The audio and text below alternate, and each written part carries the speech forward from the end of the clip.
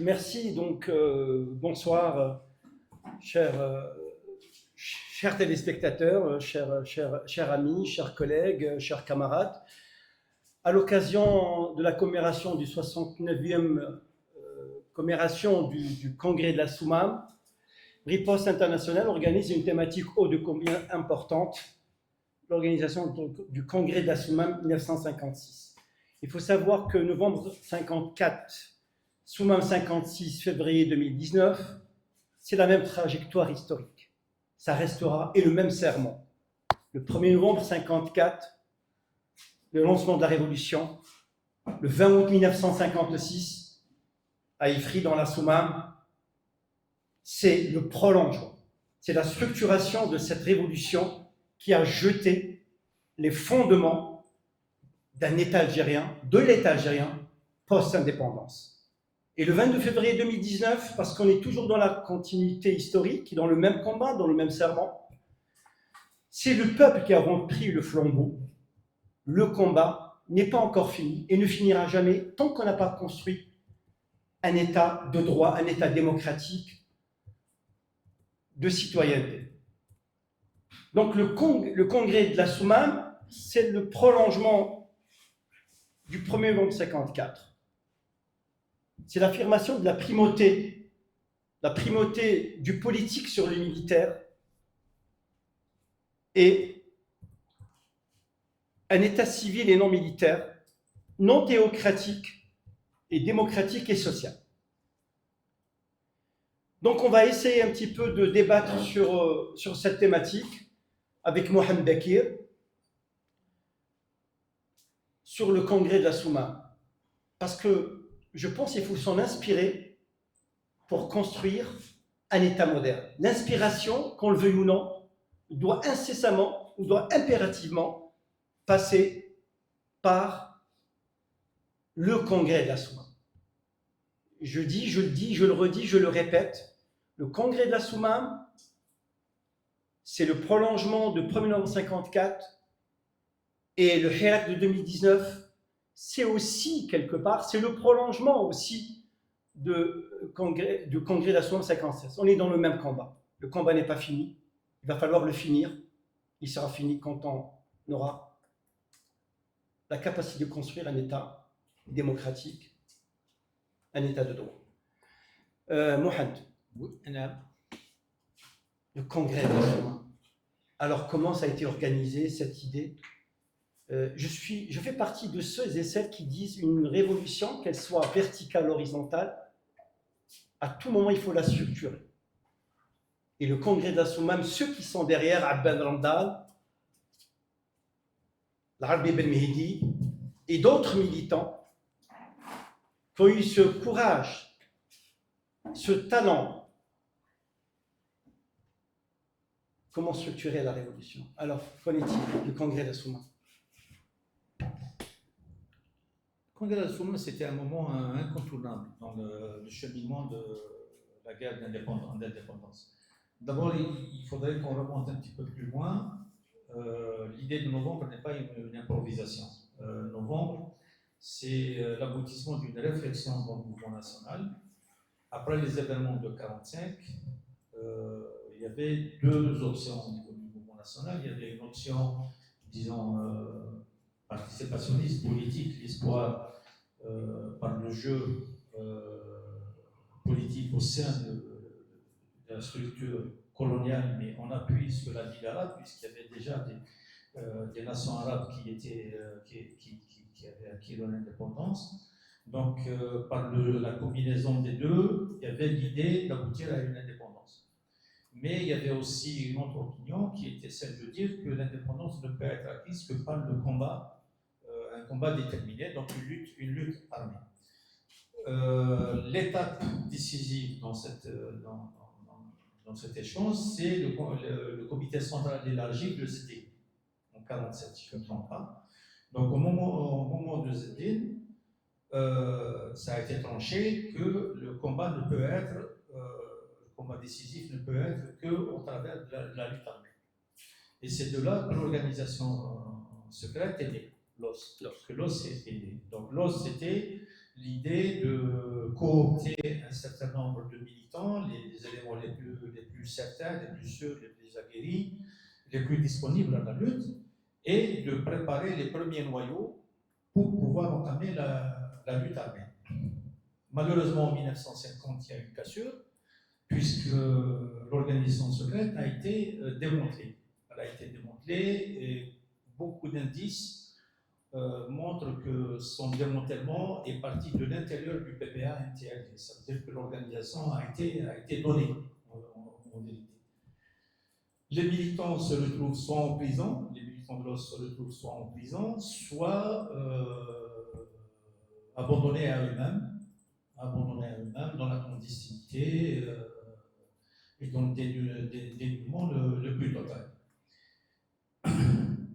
En parallèle, l'appareil politique est entré en crise. Il est entré en crise, pourquoi? Parce que la voie électorale était dans l'impasse. La voie électorale était dans l'impasse. Tout le monde connaît le fameux nom de Nejden, qui est passé maître dans le courage des urnes. Donc le PPA-MTLD, dans un premier temps, a réussi à avoir un certain nombre de conseillers municipaux, de l'Assemblée de parlementaires et tout ça. Avec Nejden, c'est une voie qui était complètement fermée. Donc on a d'un côté la voie de l'action armée qui était bouchée parce que l'os a été démantelé, de l'autre côté la voie de la lutte politique qui était aussi dans l'impasse parce que le colonialisme ne voulait pas céder d'espace. C'était la crise du mouvement national. Et dans ce moment de crise du mouvement national, à un certain moment, les militants, les cadres qui étaient délaissés, qui étaient abandonnés à eux-mêmes, qui étaient dans le dénuement plus total, ils se sont dit, il n'y a plus rien à faire, il faut qu'on déclenche. Et là, on arrive à la période juin-juillet 1954. Un processus s'enclenche et qui aboutira au déclenchement de novembre 54. En novembre 54, donc, il y a deux documents qui sont diffusés. Il y a la proclamation du 1er novembre et il y a l'appel de l'ALN. Donc deux documents. Le document politique, c'est la proclamation du 1er novembre que tout le monde connaît. Le deuxième document, c'est un document, on dirait une mobilisation, un appel à la mobilisation générale, un appel à la conscription. Donc c'est l'appel de l'ALN qui, dans la portée, c'était de dire aux gens, on n'appelle pas à un mouvement désordonné, on n'appelle pas à une insurrection générale, non. On appelle à une guerre organisée, une guerre de libération nationale, structurée, sous un commandement, sous des structures, etc. L'insurrection débute et elle va vivre des moments difficiles. Dès le départ, il était convenu qu'au bout d'une période d'à peu près 6 mois, il devait y avoir une rencontre entre les éléments de direction pour faire le point sur l'insurrection. Ce rendez-vous n'a jamais eu lieu. Parce qu'il y a eu des moments très difficiles, des coups durs qui ont été portés, des dirigeants qui sont morts, etc. Il y a un élément qui intervient dans ce processus, c'est que Abdel Rahman est libéré en janvier 1955.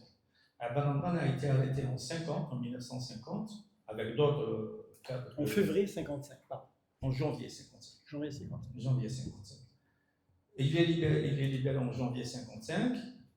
Février, il établit de premiers contacts avec. Il commence à renouer des contacts avec l'organisation. Donc, il établit un contact avec Amran et Kérim en Kabylie. Il établit un contact avec Rebah au niveau de l'Algérois. Et très rapidement, il plonge dans la clandestinité, parce que quand il a été libéré, il était surveillé, il plonge dans la clandestinité, il descend sur Alger, et une fois qu'il est descendu sur Alger, il met en place une feuille de route qui s'est fixée pour essayer de contribuer dans l'organisation. À ce moment-là, qu'est-ce qu'il y avait? À ce moment-là, il y avait essentiellement les maquis, donc des maquis qui étaient isolés, qui n'avaient pas de voie de communication entre eux. Et la guerre de libération, elle se résumait à des coups de force, ça veut dire des coups de butoir. À chaque fois qu'une zone, à l'époque c'était des zones encore, à chaque fois qu'une zone pouvait faire un coup de force, elle le faisait. Donc l'insurrection, c'était quoi? C'était une série d'opérations militaires. Mais il n'y avait pas d'expression politique, il n'y avait pas de coordination, il n'y avait pas de communication entre les différentes zones. Et ça, c'était une grande faiblesse. L'apport d'Arben, qu'est-ce que ça va être? L'apport d'Arben, quand il arrive, il s'est appelé à Alger. Il est réactif des réseaux qui étaient les siens, et essentiellement à travers Rebah. Rebah, c'est un vieux militant du mouvement national qui était basé à Bilkoul et qui avait des contacts un petit peu dans tous les milieux. Il avait des contacts au niveau des centralistes, il avait des contacts au niveau des socialistes, il avait des contacts avec les communistes. C'était vraiment un élément très introduit. Donc il va lui servir de pouvoir. Et la feuille de route d'Arben, c'était quoi? La première chose, il fallait une organisation politico-administrative. Donc il n'était plus question simplement de s'appuyer sur les maquis, mais il fallait que le FLN prenne corps. Je vous ai dit qu'au début, il y a eu deux documents du 1er novembre. On connaît tous la proclamation. Et pour nous, la proclamation est un document militaire, alors que la proclamation est un document politique. Et le document militaire, c'est l'appel de l'ALN. C'est-à-dire appel à la lutte armée. L'appel de l'ALN appelle les jeunes à être disponibles, à se tenir prêts, à être mobilisés par l'ALN, mais il appelle le peuple à la discipline. Ça veut dire que ce n'est pas l'insurrection de Mokhrali, ce n'est pas l'insurrection de Bouamama, ce n'est pas l'insurrection de Abdelkader, ce n'est pas du tout ça. C'est une guerre moderne, ça veut dire que c'est une armée qui va identifier des éléments dans la société, qui va les recruter, qui va les doter, qui va les organiser, qui va commander leur action. Alors que l'appel du 1er novembre, c'est un appel à un combat politique et qui fixe un objectif. D'ailleurs, il faudra qu'on en discute après. La libération. Par la négociation. La libération. Par la négociation. L'objectif final qui est fixé par l'objectif final qui est fixé par la proclamation du 1er novembre, c'est d'arriver à négocier avec la France. C'est d'amener la France à s'asseoir à la table de négociation. C'est écrit noir sur blanc dans la déclaration du 1er novembre. Alors que dans la vision guerrière d'après l'indépendance, ça c'est occulté. C'est complètement occulté. Pour nous, quand on dit proclamation du 1er novembre, on a l'impression que c'est un document qui dit on va vaincre la France, on va gagner militairement, on va les mettre dehors, etc. Alors que c'est écrit noir sur blanc que l'objectif de la lutte armée, c'est d'amener l'occupant à négocier. À le faire plier. Oui. La négociation était inscrite dans la première. Mais en arabe, c'est indila fawra. Non, mais il est où le mot négociation? Il est écrit noir sur blanc dans la déclaration du 1er novembre, dans la proclamation. Tu peux le citer? On va le chercher. On va le chercher. On va le chercher. Donc, Abben, il arrive à Alger, il prend contact avec Rebah, et il a cet objectif-là. Premièrement, mettre en place une organisation, faire exister le FLN.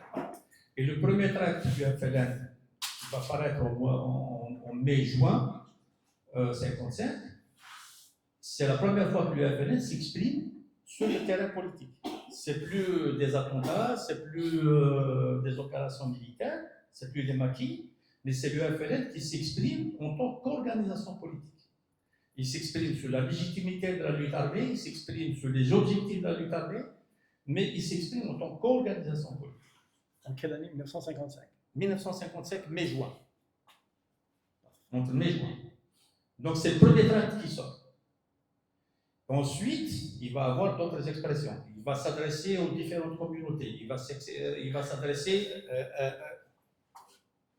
Mohamed, s'il te plaît, avant qu'on rentre dans les détails, parce que tu viens d'identifier mai-juin 1955. En août 1955, il y a les événements des Nord Constantine. Ils ont dit sans les événements du Nord constantinois du 20 août 1955 ont rendu possible le congrès de la Souma. Est-ce qu'il y a une transversalité entre les deux? Est-ce qu'il y a un lien entre les deux? est-ce que c'est grâce, enfin pas grâce, est-ce que c'est ces événements qui ont rendu possible le congrès de la Souma? Le congrès de la Souma, c'était une nécessité. Et d'ailleurs, non, mais on sait que c'est une nécessité. Là, ma question, est-ce que, quand même, avant le congrès de la Soumam, il y a les événements du Nord constantinois, du 20 août 1955. Zéro Dius. C'est un débat, il y a tout un débat sur ça. Il y a tout un débat. Pour qu'on essaye de faire cette corrélation, cette transversalité. Bon, le pouvoir actuellement essaye de masquer l'importance du 20 août 56. Laissons le pouvoir parler des faits historiques. C'est important, c'est important. Il essaye de masquer l'importance du 20 août 56 par le 20 août 55. Or, le 20 août 55, c'est un débat que les historiens devront mener. Qu'est-ce qui s'est passé le 20 août 55? Le 20 août 55, comme les Aurès, ils ont reçu des coups durs, les Aurès ont reçu des coups durs parce que l'armée coloniale a mis le paquet sur les Aurès, Zérout a décidé d'essayer de desserrer les tours. Soulager. Mais comme il n'avait pas suffisamment de force, comme il n'a pas engrangé suffisamment de force au niveau de l'ALN, donc il a fait recours à la masse. Il a fait recours à la masse, donc il y a eu des paysans, il y a eu des citoyens qui ont pris des haches, qui ont pris des épées, qui ont pris des couteaux, qui peut-être un mousquet ou je ne sais pas, et ils se sont attaqués. Non, ils ne se sont pas attaqués à l'armée coloniale, ils se sont attaqués aux civils. Et cette attaque des civils a appelé une répression drastique. Le fameux épisode du stade de Philippeville, de Skida, où des centaines d'Algériens ont été réunis, ils ont été massacrés, c'est une réalité. Donc c'est pas la logique qui a été arrêtée par le FLN à l'origine. Ça se rapproche plus des insurrections passées. Et ça rappelle en partie les événements de mai 45. Et cet épisode-là a fait réfléchir. Et justement, il y a une réponse dans la Souma. Il a fait réfléchir. Est-ce que cette méthode est fructueuse? S'attaquer aux civils. Est-ce que c'est ça la manière avec laquelle il faut mener la guerre de libération? Ce qu'il faut retenir, c'est que en août 55, Aban s'exprime, du moins l'organisation qu'il a mis en place, s'est exprimée sur les événements du Constantinople.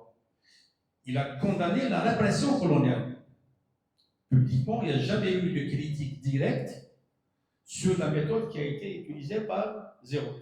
Il n'y a pas eu une délégitimation. Mais par contre, dans la réflexion stratégique qui a été menée, c'est une méthode qui n'a pas été retenue. Cette insurrection généralisée où on s'attaque aux colons, on s'attaque aux populations juives, où on s'attaque aux populations européennes, etc., elle n'a pas été retenue. Et justement, par exemple, dans la Souma, il est dit clairement qu'on ne va pas jeter les populations d'origine européenne à la mer. Notre ennemi, c'est le colonialisme, ce n'est pas les populations européennes.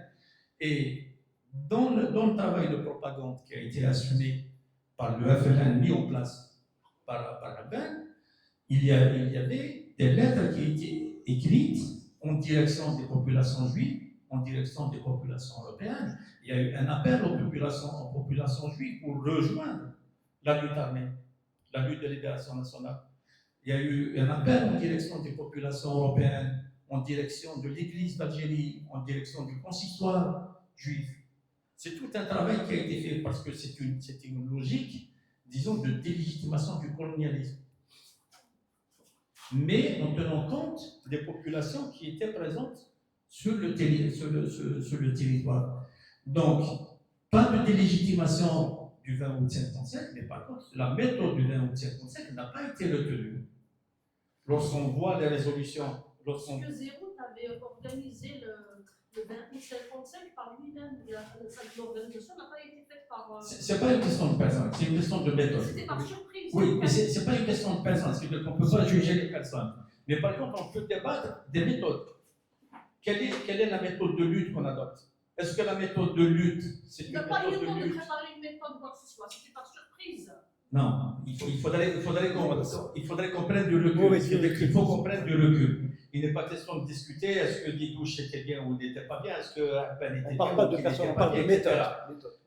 Ce qui s'est passé dans le constantinois, c'est à peu près ce qui s'est passé récemment le 7 octobre 2023 à Gaza. C'est à peu près la même chose. Et cette méthode-là, au niveau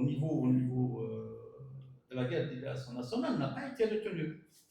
Ce qui a été retenu, c'est une action armée organisée, réfléchie, planifiée, accompagnée par une lutte politique et une lutte diplomatique. C'est ça qui a été retenu au niveau de la SOMA. Mais il n'y a pas que ça. Abben organise un travail qui est connu. Donc, il s'adresse aux commerçants, il les organise dans une union des commerçants algériens. Il s'adresse aux étudiants et il les organise dans une union des étudiants. Il organise un syndicat. Il crée un syndicat qui est du JTA, on travaille cette idée. Il prend contact avec Moufti Zakaria qui était en prison pour lui demander de créer un hymne national. Il crée un organe de communication qui est le Moudjahid pour porter la voix du FLN. Donc on voit bien que dans la conception de la lutte, il y a un effort de coordination, donc il rétablit les liaisons entre les différentes zones. Il impulse la lutte armée pour qu'elle porte. Par exemple, il considère qu'une action à Alger, qu'une action minime à Alger, est bien plus importante qu'une grande bataille dans les maquis. Pourquoi? Parce que c'est d'abord l'impact médiatique, l'impact psychologique. Pardon, mais pourtant, la bataille d'Alger, pour certaines personnes, c'était contre-productif parce que ça s'attaquait aussi aux civils. Hein. Mais la bataille d'Alger nous a été imposée. Oui, mais il faut dire les choses. La bataille d'Alger. C'était une bataille. Oui, la bataille d'Alger aussi. Certains historiens disent qu'elle a été contre-productive parce qu'elle s'attaquait aux civils et surtout le fameux Milkebar où on a mis des bombes, il y avait des enfants qui étaient amputés. Il faut être prudent. Moi, je pose des questions. Oui, il faut être prudent. Le terrorisme, c'est d'abord un fait français. L'usage des bombes est d'abord un fait français. Ce n'est pas un choix du FLN. Le premier attentat, il date du 10 mai 1956. C'est l'attentat de la rue de Thèbes.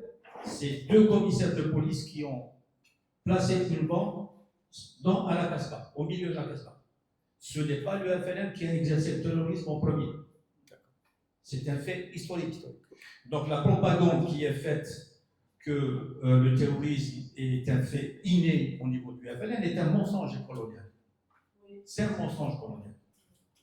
Et les attentats, y compris les attentats contre les policiers, contre les militaires, contre les félons, ils répondaient la majorité du temps, ils répondaient à des exécutions. Les détenus du FLN, c'était des détenus politiques. Le FLN, c'était des détenus politiques. Et l'exécution d'un détenu politique est un acte de guerre. C'est un acte qui est proscrit par les conventions de Genève. Et à chaque fois qu'un patriote était guillotiné, il y avait des réponses qui étaient portées par le FLN. C'est pour ça que, une digression, c'est pour ça que l'idée d'une conciliation de mémoire est une bêtise. D'ailleurs, c'est Bourguiba qui l'a fait, donc c'est normal que ce soit une bêtise. C'est une bêtise. Notre mémoire à nous, elle commence à la rue de Thèbes. La mémoire coloniale, c'est le Milkebar. Or, le Milkebar, c'est une réponse à la rue de Thèbes. Moi pour moi, répondre à des attentats qui nous ont visés, qui ont visé la Casbah, est légitime. C'est un acte. Vous avez vos bancs, nous avons nos couffins. Oui. Oui, absolument.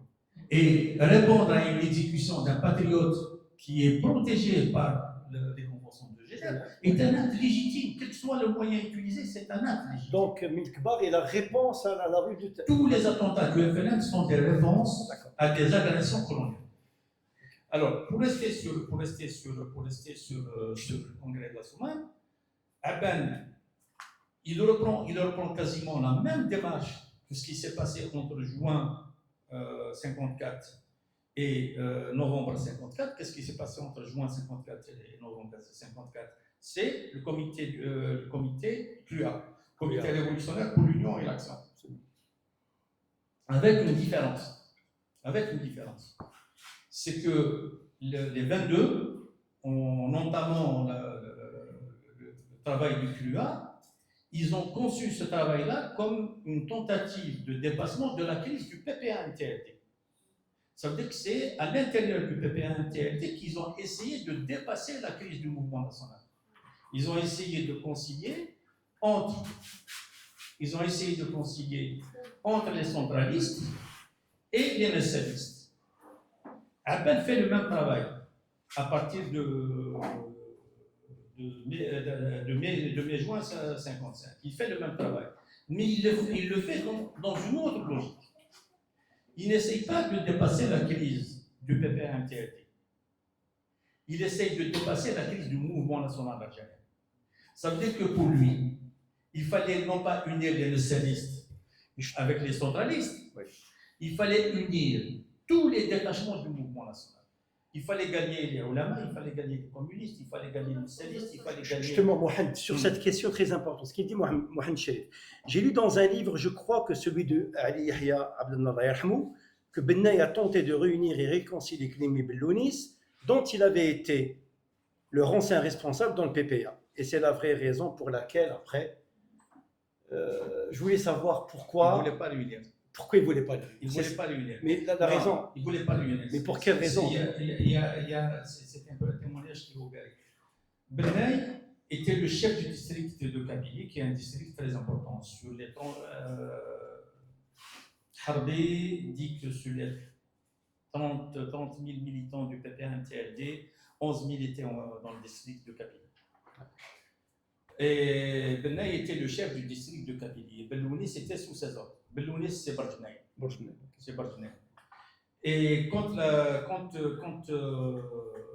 y a eu le déclenchement, c'était Kelb El-Qassim qui était chef de la zone de Kabylie. Et ce qu'a essayé de faire Bennaï, qui était un paria parce que Bennaï a été disqualifié durant la crise de 49 et il a été emprisonné. D'ailleurs, son arrestation pose beaucoup de questions. Il a été emprisonné et quand il est sorti de prison, quand il y a eu le déclenchement, il a eu cette idée.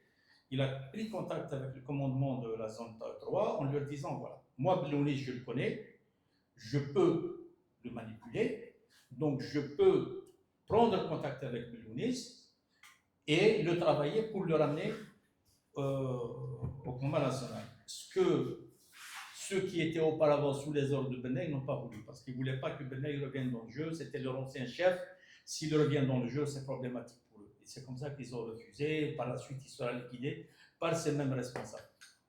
Donc c'est pas une question. Mais par contre, ce qu'il faut retenir pour rester dans le débat, c'est que le travail qui a été fait de juin 54 à novembre 54 était un travail partisan. Parce que le CRUA a essayé de faire un travail partisan. Alors que Aben, il fait le même travail à partir de son installation à Alger, mais c'est un travail national, c'est un travail patriotique qui s'adresse à tout le monde, qui s'adresse aux ulama, aux communistes, aux nationalistes, aux centralistes, etc. Et c'est comme ça qu'il va ramener un certain nombre de cadres. Il va ramener Dahleb, il va ramener Belkhada. Il va ramener Ouzgan qui a eu un itinéraire très compliqué, puisqu'en 1945. Hein? Oui. Donc, il va ramener Farhat Abbas. Hein? Oui. Donc, il ramène à peu près tous les cadres. Mais le noyau avec lequel il a commencé à travailler, c'est Belkhada, c'est Dahleb et c'est Ouzgan. D'ailleurs, Ouzgan, c'est l'un des rédacteurs principaux de la plateforme de la Soumane. Quand on dit rédacteur, ça ne veut pas dire que c'est lui qui a écrit, c'est lui qui a formalisé la réflexion collective. C'est un travail collectif. Hein, c'est un travail collectif. Il y a des débats, il y a des échanges, il y a des consultations, il y a des études, etc.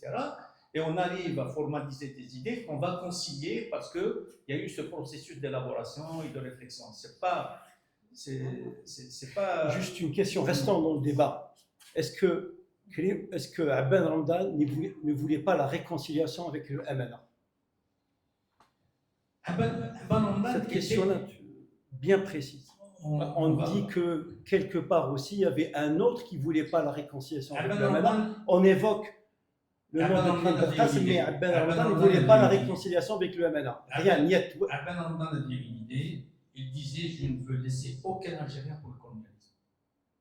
Je ne veux laisser personne pour le colonialisme. Je veux gagner tous les Algériens au combat national. Ça veut dire quoi la question? Ça veut dire quoi? Par exemple, quand il y a eu la troisième voie, la tentative de Soussel de mettre en place une troisième voie, il était facile de dire: ah, la troisième voie, c'est des hackers. Donc, je les abandonne à la France. Non.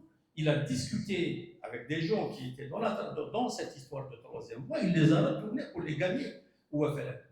Et il a fait échouer cette tentative de Soussel en arrachant des éléments qui peuvent être acquis au combat national, et il les a gagnés. La question du MNA viendra après, elle viendra au moment de la Soumane, elle a été traitée au moment de la Soumane, et d'ailleurs hier, dans le débat qu'on a eu, il y a des choses qui sont passées, c'est pas grave, c'est une vision française, hein, c'est une vision française, parce que dans notre combat national, la question du MNA est une question de tactrise. Dire que dans la façon d'aborder notre guerre de libération nationale, il y a une place pour le MNA. Est-ce qu'il y a une place pour Pétain dans l'histoire de la libération de la France? C'était l'intervention d'un prof d'histoire géo qui... Elle est irrecevable. Elle est irrecevable. Pétain, dans le contexte français, est un traître à la nation. Alors, c'est compliqué, mais le MNA, les groupes du MNA, ils ont trahi, ils ont utilisé les armes contre les patriotes algériens. Ils ont utilisé la violence contre les patriotes algériens. Et d'ailleurs, il y a un débat, on est en train de... Est-ce qu'ils ne voulaient pas réconcilier avec le MNA? On était anti-messaliste, il faut dire les choses, tout simplement. Alors, le messalisme, il posait quoi comme problème? Le messalisme, il posait quoi comme problème? Le messalisme, il posait le problème du culte de la personnalité. Et dans le cadre du FLN, il a été réglé comment? Il a été réglé par le choix de la collégialité. C'est l'idée de la collégialité qui est une réponse au messalisme. Le messalisme, c'était l'exclusivité du combat. Il a été réglé comment par le FLN? Il a été réglé par l'intégration des communistes, par l'intégration du RMA, par l'intégration des centralistes, par l'intégration de tout le monde. Ça veut dire que c'est ça les lignes de partage entre le FLN et le messalisme. Les lignes de partage, c'est cela. Le Messali considérait que le combat national ne pouvait être valable que si c'était autour de sa personne. Le FLN a dit non. Les décisions, l'orientation, la direction est collégiale. Première rupture. Deuxième rupture, le combat doit être centré sur le PPA-MTLD. Le FLN a dit non. C'est un combat patriotique qui intègre tous les Algériens. Il faut gagner tous les Algériens à ce combat-là. Donc les ruptures, elles sont là. Ça, c'est les ruptures avec le messalisme. Mais les ruptures avec le MNA, elles sont où? Les ruptures avec le MNA, elles étaient dans la confrontation armée. Oui, mais elles étaient dans ma question, je la projette. Parce que c'est la suite qui m'intéresse et les conséquences après. Imaginons si Abdel Ramdan, si c'est réconcilié avec le MNA et pas ricochet avec Messali El-Haj, il aurait eu avec Messali El-Haj comme poids. Et du coup, il ne sera pas isolé tout seul par la suite, en fait. C'est ça. On ne fait pas de la fiction. C'est pas de la fiction. Non, mais on ne fait pas de la fiction. C'est des conditions concrètes. C'est des conditions concrètes. Les positions ont été... Aujourd'hui, quelles sont les conditions concrètes? Aujourd'hui, on se retrouve dans une situation en Algérie où, après l'indépendance, des débats s'engage autour de la citoyenneté, de la construction de l'état de droit, de la construction de l'esprit de la Soumane et de son texte. Aujourd'hui, quels sont ces engagements à travers les différentes factions politiques, citoyennes, divergences sociétales, économiques, sociales, qui nous aujourd'hui conduisent à mener. Nous n'avons pas un Ben Ramadan en 2025, mais nous essayons tous d'être des Ben Ramadan. Nous n'avons pas un Ben Ramadan, ce n'est pas le même contexte, mais nous essayons tous et toutes d'être des Ben Ramadan. Parce que on considère qu'on est dans un régime néocolonialiste et que la libération du citoyen, de la volonté populaire, de l'exercice de la citoyenneté. Très bien que moi je t'apprécie beaucoup sur le récit, l'histoire, la conjoncture, le contexte de la tenue du congrès de la Soumane. Mais aujourd'hui, on est en 2025. Et quand j'ai dit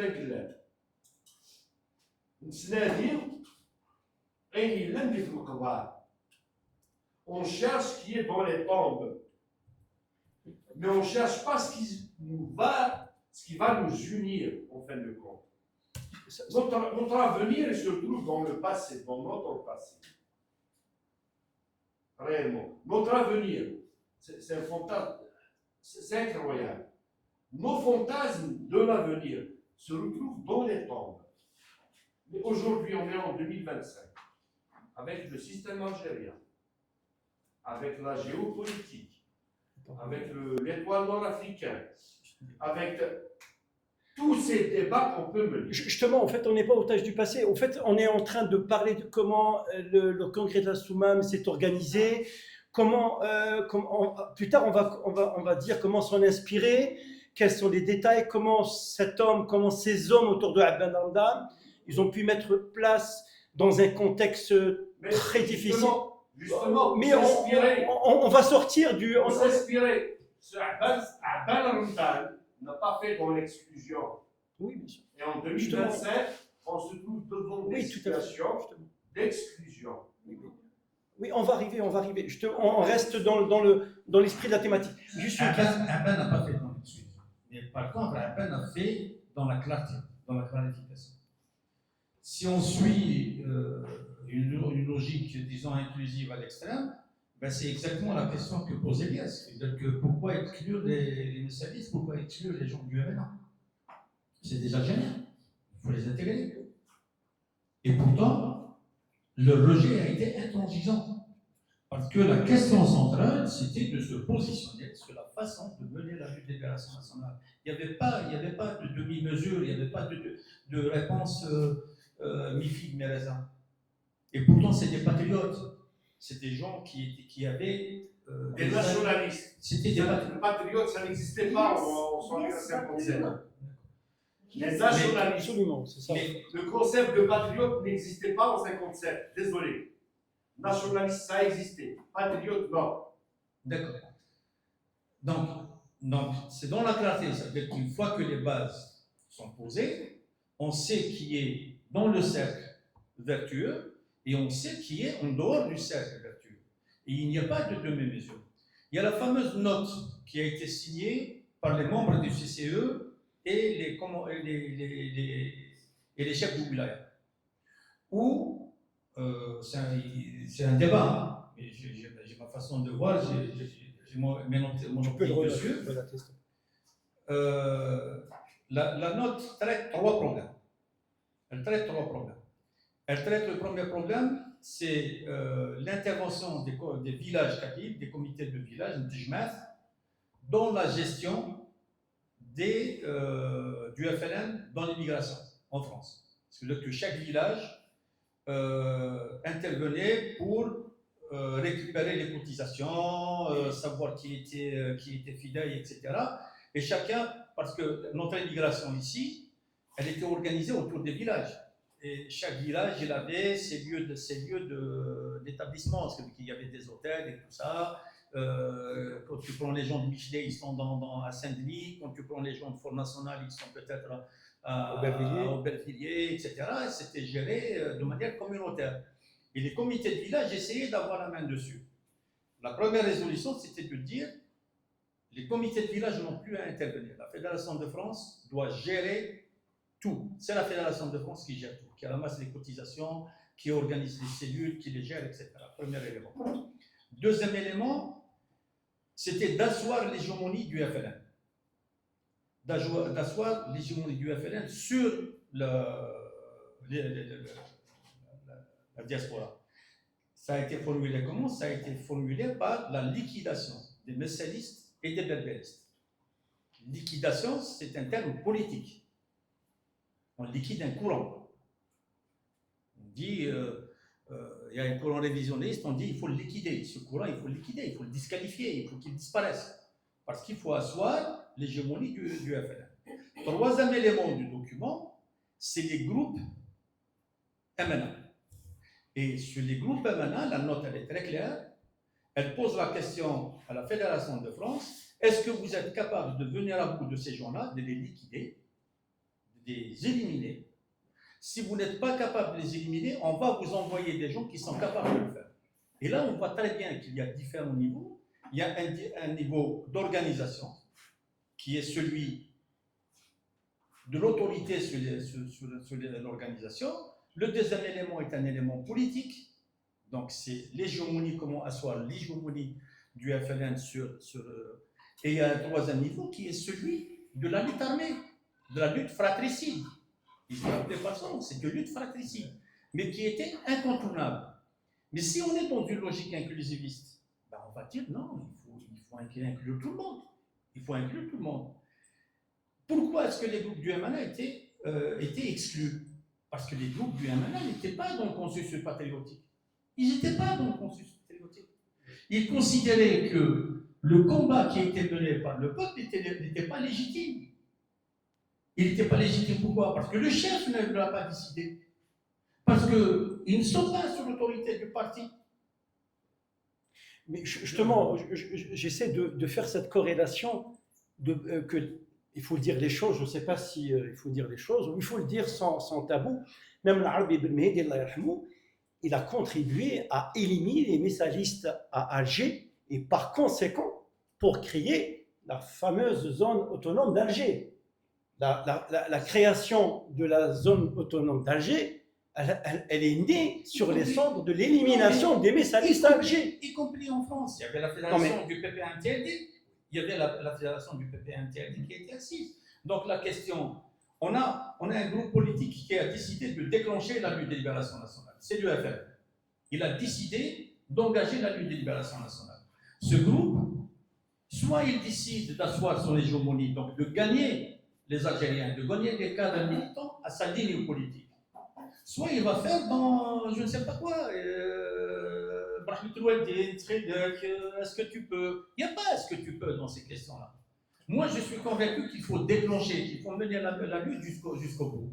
Tous ceux qui ne sont pas dans cette logique-là, il faut que je me détermine vis-à-vis d'eux. Si c'est des gens qui n'ont pas pris les armes contre moi, je vais essayer de réduire leur influence politique. C'est une question d'influence politique. Mais si quelqu'un a pris les armes contre moi et il m'attaque, et on connaît tous comment ça fonctionnait au niveau de l'immigration. Au niveau de l'immigration, il y avait des cafés FLN, il y avait des cafés MNA, et c'était des attentats. C'était des attentats. Et même plus grave, c'est que les descentes des groupes MNA étaient précédées par des descentes de police. Les policiers, ils passaient dans les cafés FLN, ils fouillaient tout le monde, ils étaient sûrs que personne n'était armé. Et 5 minutes après, c'était une attaque d'un groupe armé qui descendait les gens. Hein? Oui. C'est quoi MNA? Mouvement national algérien. Mouvement national algérien. En tout cas, c'est une problématique qui est réelle. Donc, l'UFLN, qui était un groupe minoritaire, déclenche. Il essaye, dans les premiers mois, il est dans la lutte des maquis, avec toutes les difficultés qu'on a soulignées, c'est-à-dire manque de coordination, pas de travail politique, pas de liaison, donc un état de difficulté extrême. Ben arrive, il mène un travail politique, il met en place une direction, il met en place des instruments politiques pour organiser et il fait un travail pour construire l'hégémonie politique du FLN. Juste, oui. Je te coupe parce que la tendance, il y a une tendance internationale aujourd'hui qui s'exprime, surtout avec le mouvement national, le MMA justement. Et le FLN et l'ALN qui sont indissociables avec ce qui se passe à Gaza. Ton avis, ou bien on va essayer de décortiquer ça, il ne faut pas qu'on sorte de l'aspect international. Le Hamas et le FLN.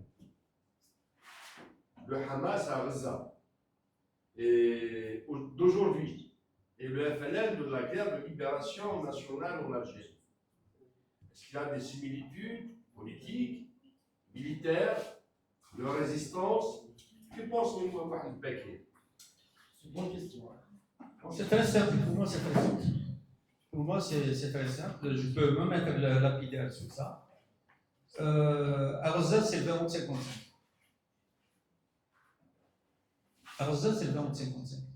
C'est pas le 20-56. Tout en sachant que le FLN était accusé d'être une organisation terroriste. Non, mais ça, Comme le Hamas. oui, mais ça, vous êtes arrivé en retard, mais ça on l'a abordé. On l'a abordé. Le terrorisme, c'est d'abord le colonialisme français qui a été terroriste. Mais pourquoi je dis que ce qui se passe à Gaza, c'est le 20 août 55? Parce qu'il y a la fiction d'une possibilité de victoire militaire sur l'entité sioniste. Et quel qu'en soit le prix. Ça aurait pu être la situation d'Algérie si on n'avait pas corrigé l'orientation qui était posée par le 20 août 55. Parce que le 20 août 55, comme on vient de le dire, c'était de lancer les Algériens. Mais je m'excuse, ça c'est ton avis, Mohamed. De Oui, dire bien sûr, que c'est mon avis. Tu le veux que je te congrès dise de la quoi? Soumam, Je te donne mon avis. il était pour corriger les événements du 20 août 55. Le 20 Alors août qu'il y a 55, d'autres par exemple, personnes le 20 août 55, le 20 comme août le 55, sociologue attends. Hossein Qitouni, Oui. il le dit, il a accordé un échange avec un journaliste al-Watan, il dit... Non, Il y a mais- bien bon sens. Pardon. Il y a bien bon sens. D'accord. Il y a bien bon sens. Le 20 août 55 est en contradiction. Le 20 août 55 est en contradiction directe, avec l'appel de l'ALN du 1er novembre 54. En contradiction directe, c'est-à-dire qu'il percute l'appel tout de suite. Il percute l'appel de l'ALN du 1er novembre 54. L'appel de l'ALN du 1er novembre 54, c'était quoi? Comme je l'ai dit tout à l'heure. C'était de dire aux Algériens, tenez-vous prêts à être mobilisés, à être intégrés à l'ALN. Mais ce n'est pas une lutte désordonnée. Ce n'est pas n'importe qui fait n'importe quoi. Ce n'est pas toute une personne fait ce qu'il veut. Nous sommes une armée de libération nationale. Nous allons avoir notre organisation. Nous allons choisir nos objectifs. Nous allons mettre en place nos méthodes. C'est une guerre de libération nationale. Or, par exemple, ce qu'on a vu le 7 octobre, on a vu des unités combattantes palestiniennes, pas seulement du Hamas, hein, c'est des différents détachements, le djihad islamique, le FPLP, il y a on les a Jusqu'à vus. présent, il y a le djihad islamique et le Hamas. On Même ne le sait pas si le FPLP. Même le FPLP, même s'il est invisibilisé, mais ils sont présents dans la Pas république de Gaza. documenté, là. Hein? Ah oui, pas pas documenté. documenté. Non, c'est pas documenté. Ok. Donc, il y a des unités organisées, mais en même temps, il y avait des éléments incontrôlés qui étaient impliqués dans le 7 octobre. C'était, disons, une forme de guerre civile exacerbée. Ce n'est pas une lutte organisée, comme c'est dit dans la Soumam. Dans la Soumam, on dit que notre guerre n'est pas une guerre de religion. Ce n'est pas une guerre pour Sans distinction. c'est une guerre de Contre libération nationale, c'est quelque chose d'organisé. Le 20 août 55, il percute de plein fouet la ligne qui a été arrêtée le 1er novembre. Est-ce que tu peux Juste nous dire le camarade- pourquoi Le camarade qui Non, me non, pose une rapidement. question. Rapidement, est-ce que tu Yes, peux... Mohiddin, il a- Oui, rapidement, Vas-y, Mohiddin. vas-y. Et juste, pourquoi les événements de 20 août 55 ont été déclenchés? La raison, Zéro-Dieu, il ne les a pas déclenchés de tête. Tout à l'heure, madame, Est-ce elle que- disait Est-ce que, la personne est déclenchée de façon spontanée. Non. est-ce que la fin justifie Est-ce les que c'est moyens? une question La de question, méthode? c'est celle-là. Est-ce que la fin justifie les Non, moyens? la question Est-ce que n'était la- pas comme ça. Pourquoi Si, ça a c'est été celle-là la déclenché? question. C'est celle-là la question. Les horaires, c'était mal au point. OK. L'armada coloniale nous assénait des coups très durs. OK. Mais est-ce que c'est pour autant qu'on devait s'engager dans une guerre sans principe, sans méthode, dans une guerre d'anéantissement? Qu'est-ce que ça nous a coûté le 20 août 55? Le 20 août 55 nous a coûté des milliers de morts. D'abord lui, après quoi? Allez, d'abord lui, après quoi? D'abord lui, après quoi? Non,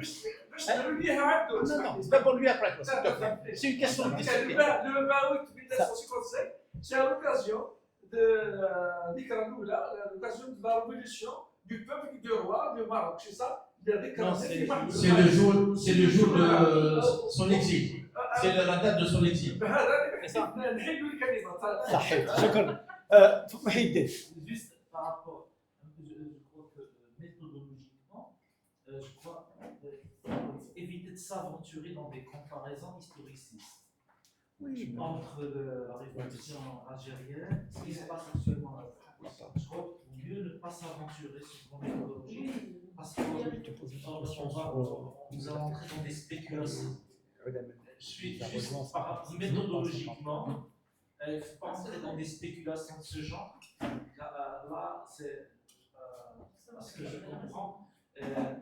Vous êtes l'élite, un débat entre élite intellectuelle, etc. Je ne crois pas que c'est le lieu de faire des spéculations de ce genre. Merci. C'est pas des spéculations, c'est pas des spéculations. Dans le combat, non, c'est pas des spéculations. Dans le combat, on a différents choix. Et on a été confronté à ça, c'est que l'expérience algérienne aurait pu servir aux amis palestiniens. Et je pense, au fond de moi-même, que ce qui s'est passé le 7 octobre, c'est que d'autres que les Palestiniens ont étudié à l'attaque du Nord Constantinois et l'ont utilisé. Non, leurs adversaires ont étudié l'épisode de l'attaque du Nord Constantinois et ils ont amené les Palestiniens dans ce piège. Ça, c'est mon opinion. Comment tu peux faire cette corrélation de 1955 en 2025, sachant que c'est une action d'élite dans... Pardon. Moi, j'étais très studieuse à écouter. On glorifie beaucoup le. J'étais Non. très. Laisse-moi faire ça. Vas-y. J'étais très studieuse à écouter l'histoire qui me passionne. Et nous étions dans une trajectoire historique sur les faits et les moyens qui nous a amenés à l'organisation du congrès d'Assouma. D'accord? Donc la guerre était déjà enclenchée en 1964. Donc j'imagine que les taux du colon, les taux, la répression, c'est très et se resserre de plus en plus pendant ces 2 années, entre 54 et 56, ouais. du Congrès national. Je suppose que les taux étaient très serrés, que la répression était atroce et féroce, d'après ce que je sais aussi, c'est parce que je le suppose. Donc je suis curieuse de savoir comment, à l'époque, il n'y avait ni Internet, ni télévision, très peu de radio, très peu de communication, de moyens de communication, comment on est arrivé quand même malgré tout cela, la répression, la guerre, les colons qui surveillaient, les gens qui étaient traqués, et comment on est arrivé justement au congrès d'Assouma. Comment aujourd'hui, on parle de 2025, on est en 2025 avec tout ce qui existe comme moyen, on n'arrive pas à s'organiser. Moi, je suis curieuse de savoir. Et c'est pour réfléchir pour l'avenir du pays, comment on s'est organisé à l'époque sans moyens, et aujourd'hui, on n'y arrive pas. Parce que les temporalités et les méthodes sont différentes. Dans les années 50, on s'est organisé sur le modèle de parti léniniste. Lénine, après la révolution de 1905, a étudié l'échec de la révolution de 1905 et a mis en place un mode d'organisation, un mode de fonctionnement qui a été validé sur beaucoup d'expériences. Ça veut dire qu'il faut un parti. Ce parti, il lui faut des révolutionnaires professionnels, des permanents, et ce parti doit s'organiser autour d'un journal. Le journal qui va homogénéiser la pensée, qui va faire converger les différentes organisations avec un principe de fonctionnement qui est le centralisme démocratique. Ça veut dire que les questions sont débattues, une fois tranchées, c'est tout le monde, quelle soit son opinion, qui les exécute. Ce modèle-là a fonctionné parce que la temporalité qui existait à l'époque permettait ça. Et on a tous fonctionné dans cette temporalité-là. Cette temporalité, c'était quoi? C'est qu'il y a un événement, l'événement, il est rapporté dans les quotidiens, dans ses éléments les plus élémentaires. Ensuite, on reçoit une analyse au travers des hebdomadaires et des vecteurs d'analyse, d'autres vecteurs d'analyse. Et ensuite, on a l'avis partisan, l'avis du parti ou de l'organisation, qui vient éclairer à la fin, dans la quinzaine ou dans le mois. On a tous fonctionné dans cette temporalité-là, c'est-à-dire que l'événement, il se déroulait sur 2 semaines, 3 semaines, 1 mois. Les réseaux sociaux, qu'est-ce qu'ils amènent? Les réseaux sociaux, ils amènent une temporalité qui est différente. L'événement, il se produit maintenant, je le consomme maintenant, il est analysé maintenant et il est théorisé maintenant. Ça veut dire que ce qui se passait sur 1 mois avant, aujourd'hui, il se passe dans l'instant. Ça veut dire que le modèle d'organisation léniniste est mis à mal. Il ne peut plus fonctionner. Le modèle parti, où j'attends la note interne, où j'attends la revue du parti, où j'attends la résolution d'une instance, c'est plus valable. Donc aujourd'hui, en tant que militant, je suis interpellé tout de suite, pas simplement sur l'événement, mais je suis interpellé sur l'événement en tant que tel, sur sa compréhension, sur son analyse et sur sa projection théorique. Et nous n'avons pas encore élaboré les éléments organisationnels, les éléments organiques qui nous permettent de réagir avec ça. En Occident, ces éléments commencent à exister. Pourquoi? Parce qu'en Occident, il y a l'événementiel, il y a les chaînes d'information continue, etc., etc. Il y a les capacités de chacun à comprendre, à interpréter, et il y a les porteurs d'opinion ou les leaders d'opinion qui donnent tout de suite la compréhension et l'analyse.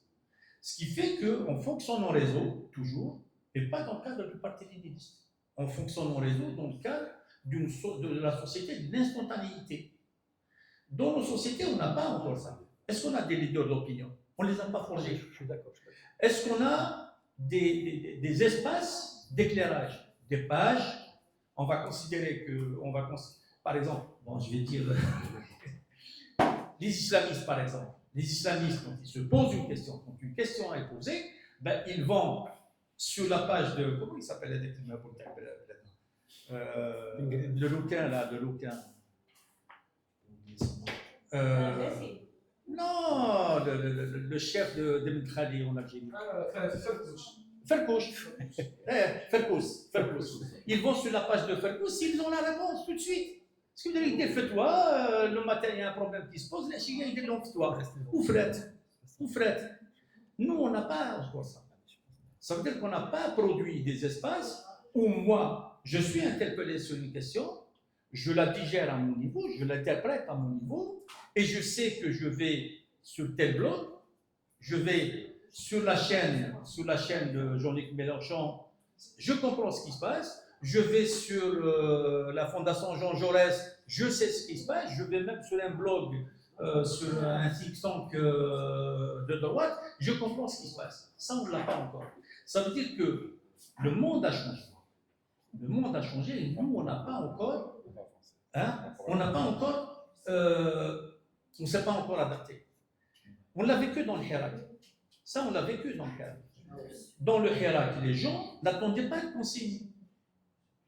L'état-major fait une manœuvre, fait une provocation. Le Jum'a al-Jaya, il avait sa réponse. Le vendredi suivant, il avait sa réponse. Que les gens, Frawa, Salam, ils répondent. Quand ils ont fait démissionner, Bouteflika, tout de suite la réponse est venue. Le petit comment il s'appelait Bakir,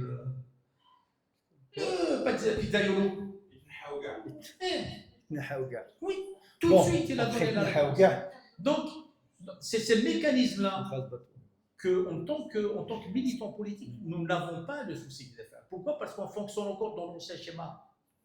On fonctionne dans le cadre du parti léniniste, qui est complètement dépassé. Oui, à l'époque, pardon. Moi, ce qui m'intéresse de savoir, c'est à l'époque, comment, avec tout ce. Mais je t'ai dit comment. On arrive au congrès de la Souma. Comment ils ont réussi à se réunir sans que l'armée coloniale ne s'en rende compte? C'est les règles de la clandestinité. C'est les règles de la clandestinité. Le congrès de la Soumane, c'est combien? Le congrès de la Soumane, c'est 5 personnes qui étaient congressistes. Moi, je croyais que c'était une centaine. Non, 5.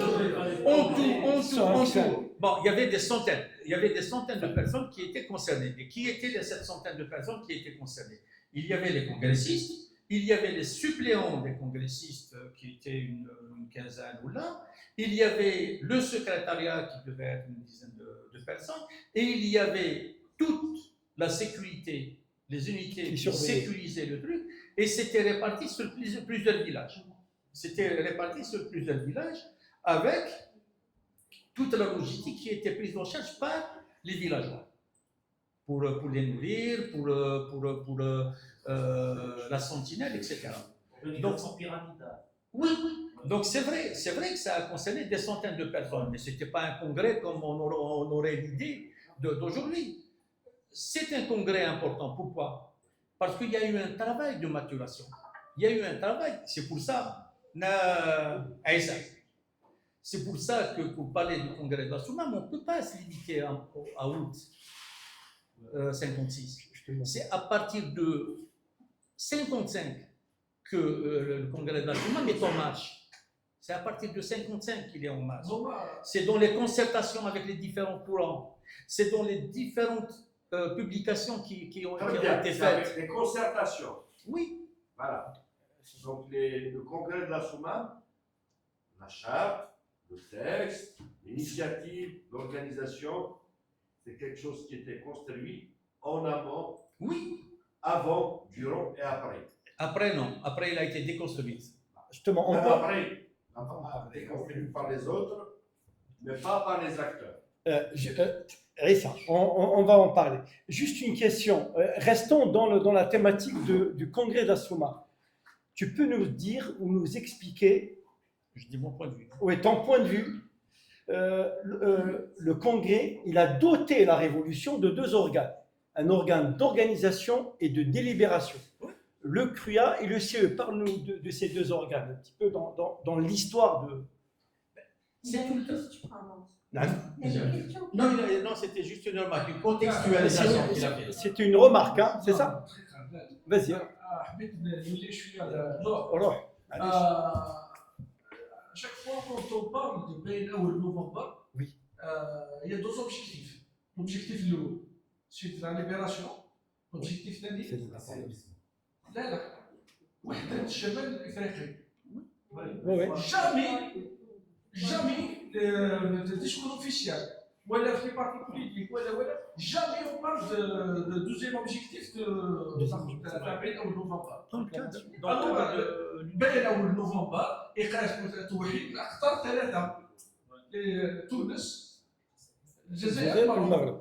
Après, pourquoi j'insiste sur le 20 août 1955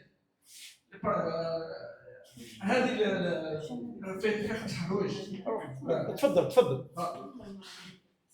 Premièrement, فك الحصار على الأوراس.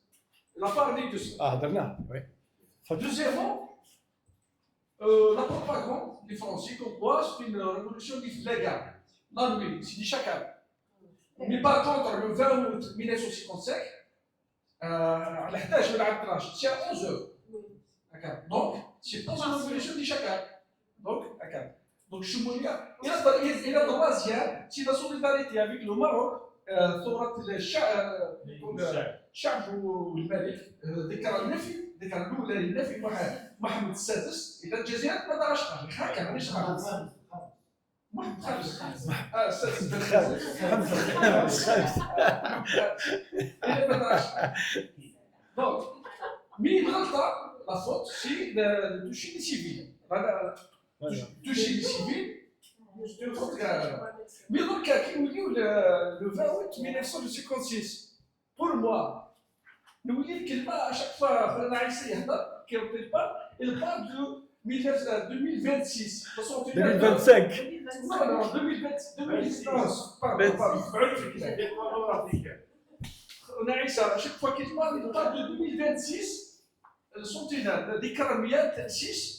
مش بالفعل نوليو دائما وحده الخطاب لنا والكونكري ديال الكونكري تاع الصومال كيفاش نشوفوا كوم كوا سي لا ريكتيفيكاسيون لا فوت اللي دارها مسار الحاج في 1948 لان احنا ندوروا اشاك فوا تونس المغرب ولا الجزائر كي تكون عندنا تبعيه اجنبيه دوله اجنبيه حنا اشاك فوا كي يكون عندنا ايديولوجي نتبعوا باش ولا الغرب نخسروا بصح الجزائر الجزائريه خير السلوغون الكونغريغاسيون ما بشي كوا باردون باش الجزائر صح الجزائر الجزائريه دي شرقيه ني غربيه اشاك فوا يجي تيار اشاك فوا يجي تيار سواء دي اسلاميست ولا دي باكتيست ولا ما هي مقاطعه للقاهره لا لموسكو ولا واشنطن ولا باريس. بصح بالله عنده راي واحد اخر اللي صوت دونك اشاك فوا اللي نديروها دائما نحكيو على الاستقلال وما نحكيوش على على الوالد. يعطيك الصحه. Merci. Juste, est-ce que tu peux nous parler des organes de délibération et d'organisation de CE et CE? L'apport de la SOMEM est un apport institutionnel. Ça veut dire qu'on est solide, parce qu'il n'y a pas que le CNRA, il n'y a pas que le CNRA et le CCE. Il y a aussi les comités de wilaya. Les comités de wilaya, la création de l'OPA, de l'organisation civile, la création d'une justice révolutionnaire. Donc c'est un travail. Donc GPRA, ça va être par la suite. S'il vous plaît. GPRA, ça va être par la suite. Ils l'ont découvert. Mais l'apport de la SOMEM, c'est un apport institutionnel. Avant la SOMEM, les combattants étaient livrés à eux-mêmes. Ils étaient livrés à eux-mêmes. Donc chaque détachement devait régler tous les problèmes selon sa propre compréhension, selon ses propres moyens, selon la logique qu'il pouvait avoir. La SOMEM, non, elle va institutionnaliser la révolution. Elle va doter la révolution d'un mode de fonctionnement. Elle va organiser la LN, uniformiser les grades, uniformiser la gestion des carrières, uniformiser les structures. C'est quoi une compagnie, c'est quoi un bataillon, c'est quoi les commandements, comment ils l'organisent, etc. La logique des territoires libérés va s'installer. Donc, quand on parle de territoires libérés, ça veut dire l'autorité nationale algérienne, elle va s'exercer comment? Donc, elle va officialiser les wilayas. Donc, on a 6 wilayas. On va avoir à la tête du wilaya un commandement qui doit gérer cette wilaya-là avec des répartitions des tâches. Au niveau de chaque zone, il y a un fonctionnement qui est fixé. On institue une administration. On institue une justice révolutionnaire, etc. Donc l'apport de la SOMEM, c'est cette institutionnalisation-là. Chez moi, les paysans qui étaient des paysans qui étaient nos aïeux, qu'est-ce qu'ils disent? Ils disent depuis que le lieutenant Abdelhafid Yaha est arrivé, X le battre. Parce que dans leur tête, c'est l'arrivée de Siyaha Abdel Hafid dans la zone qui commandait nos villages, qui a éliminé les liquidations, qui a éliminé les seigneurs de guerre, qui a éliminé l'arbitraire. Pourquoi? Parce que les gens ne savaient pas qu'il y a eu un congrès. Les gens ne savaient pas que Seyed Hafid a été affecté comme lieutenant de zone avec avec un règlement, avec des prérogatives, avec des instances, etc. Les gens te disent, depuis qu'il est arrivé, personne n'a été rabtohu de bhou. Mais c'est le Congrès qui a fait ça. Ce qui veut dire que bon, l'assimilation par les gens, c'est attaché à la personne. Donc c'est quelqu'un qui est vénéré. C'est vrai que c'est quelqu'un de très respectable, c'est le Hafid. Mais dans la compréhension des paysans, c'est ça, c'est lié à la personne. Alors que ce n'était pas lié à la personne, c'était lié au Congrès de la Soumane. À partir du Congrès de la Soumane, il était interdit de liquider quelqu'un sous quelque accusation que ce soit. Il devait être présenté à un tribunal révolutionnaire. Vous vous souvenez de la chanson de Aït Mslay, Eh bien, c'est pas souhaité. C'est comme 1955, Il faut qu'on souhaite. Mohamed, il y a un ancien officier de la Wilaya 5 qui s'appelle Lounissi, ancien officier de la Wilaya 5, qui a dit que le congrès de la Soumane nous a donné un formidable sentiment que nous avions un État. Est-ce que tu es d'accord avec lui, mais cet État, on ne l'a jamais vu venir. En fait, finalement, non. Cet État a été liquidé. L'État qui a été mis en place par la Soumane, c'est l'État national algérien. C'est l'État national algérien qui a été mis en place par la Soumane et qui a été consolidé par la suite par l'installation du GPRA, par la création d'instances de l'armée, les deux COM, ensuite l'état-major, etc. Le problème, c'est que le coup d'État de l'état-major général a abouti 61-62. Ça a commencé, c'est que le coup d'État de l'état-major général a disqualifié l'État national algérien, qui était l'État du Wilaya, pour pérenniser le gouvernement général. L'État algérien d'aujourd'hui est l'héritier du gouvernement général. On prend le schéma organisationnel de l'État d'aujourd'hui, on a un gouvernement centralisé, on a des wilayas, des départements, on a des sous-préfectures, donc des daïras, on a des mairies, etc. Notre État national qui était réel, qui existait, on a un GPRA, on a un CNRA, on a des wilayas, donc des régions. Et dans ces régions-là, on a des structures qui sont mises en place. Il y a eu une fiction qui a été fabriquée par GPRA, c'est le gouvernement provisoire. Le GPRA, c'est le gouvernement provisoire de la République algérienne. Voilà. Les COM, c'était le commandement Est, commandement Ouest. Ensuite, c'est devenu l'EMG, l'état-major général. Le CNRA, c'est le Conseil national de la Révolution algérienne. Le gouvernement général, c'était la structure coloniale qu'il y avait en Algérie. L'Algérie était l'appareil colonial. C'était un gouvernement général, donc un gouverneur général qui dépendait de Paris. C'était l'Assemblée algérienne. Ensuite, on a les préfets, les sous-préfets et les maires. Voilà. Donc, on a deux schémas organisationnels qui existaient. Il y avait un qui était colonial, qui était le gouvernement général. Il y avait un autre qui était national, qu'on a construit en tant qu'Algérien, qui était celui des wilayats, du GPRA et du CNRA. Gouvernement provisoire de la République algérienne. À l'indépendance, l'armée des frontières mène l'unique bataille qu'elle a menée en tant qu'armée, celle de dégager le GPRA. Elle fait tomber le GPRA et elle met fin à l'organisation régionale qui a assuré le succès de la révolution et elle pérennise le gouvernement général. C'est justement, je veux revenir sur, c'est très important, une partie de notre histoire. En juillet 57, le CNRA, août 57, merci. comment les militaires ils sont arrivés à isoler Abbas Ramdan? C'est en 57 quasiment, on va dire que la carrière politique de Ramdan, elle était terminée parce qu'il s'est retrouvé seul parmi les militaires. Est-ce que cette période-là, tu peux nous parler un petit peu de cette période? Il n'a pas été isolé. Isolé politique, enfin, Et c'est des ennemis autour. oui, enfin, moi je dis pas ennemi et tout parce que peut-être pour avoir un langage beaucoup plus soft. Alors, il y a tout le problème c'est de s'entendre. Donc, au début de l'insurrection, tout le monde était censé être des militants politiques, mais des militants politiques en armes. Ça veut dire que personne ne se considérait comme un militaire. Est-ce que lui il était militaire et politique en même temps? C'est ça la question pour qu'on puisse un petit peu.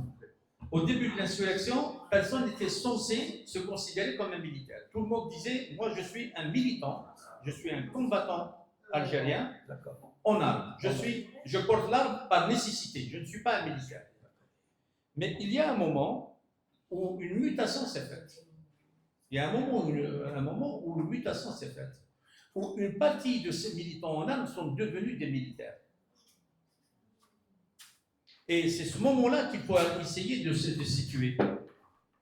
J'allais poser la question, est-ce que le congrès de la Soumane n'a-t-il pas abouti justement à donner ce sentiment de militaire aux militants? Il a posé des garde-fous. Mais bon, on a posé des garde-fous. Est-ce que ces garde-fous-là deviennent pérennes, deviennent réels? Il y a toute une pratique. Voilà. C'est pour ça que dans le congrès de la Soumane, il est dit que c'est la primauté du politique sur le militaire. La primauté du politique, c'est quoi? C'est exactement ce qu'a dit la proclamation du 1er novembre. La proclamation du 1er novembre, elle pose un objectif politique à atteindre et un moyen politique de l'atteindre, qui est la négociation. Mais l'un des moyens, c'est l'action armée, c'est le combat armé. Et la hiérarchisation, elle est claire. C'est la proclamation qui est au-dessus de l'appel de la LN. Et la distinction est faite clairement. Il y a eu deux documents. Il n'y a pas eu un document, il y a eu deux documents. Donc la hiérarchisation, elle est claire. Quand on arrive au congrès de la Soumane, ce principe est réaffirmé. Puisque toute la plateforme de la Soumane, elle met le doigt sur les objectifs politiques. Et elle considère que le combat est un combat conscient. D'accord? Le problème, c'est que les gens qui ont porté les armes, une partie d'entre eux, ont commencé à considérer qu'ils n'avaient pas à se soumettre, qu'ils avaient une légitimité. Mais au fait, justement, tu n'as pas répondu à ma question parce qu'au fait, je vais faire la jonction. Je redis, la question a été posée, tu n'as pas vraiment répondu à la question, mais je la repose. Le fait que Abbas Ramdan ne s'est pas réconcilié avec Missal el-Hajj et par ricochet avec le Amana, laisse-moi.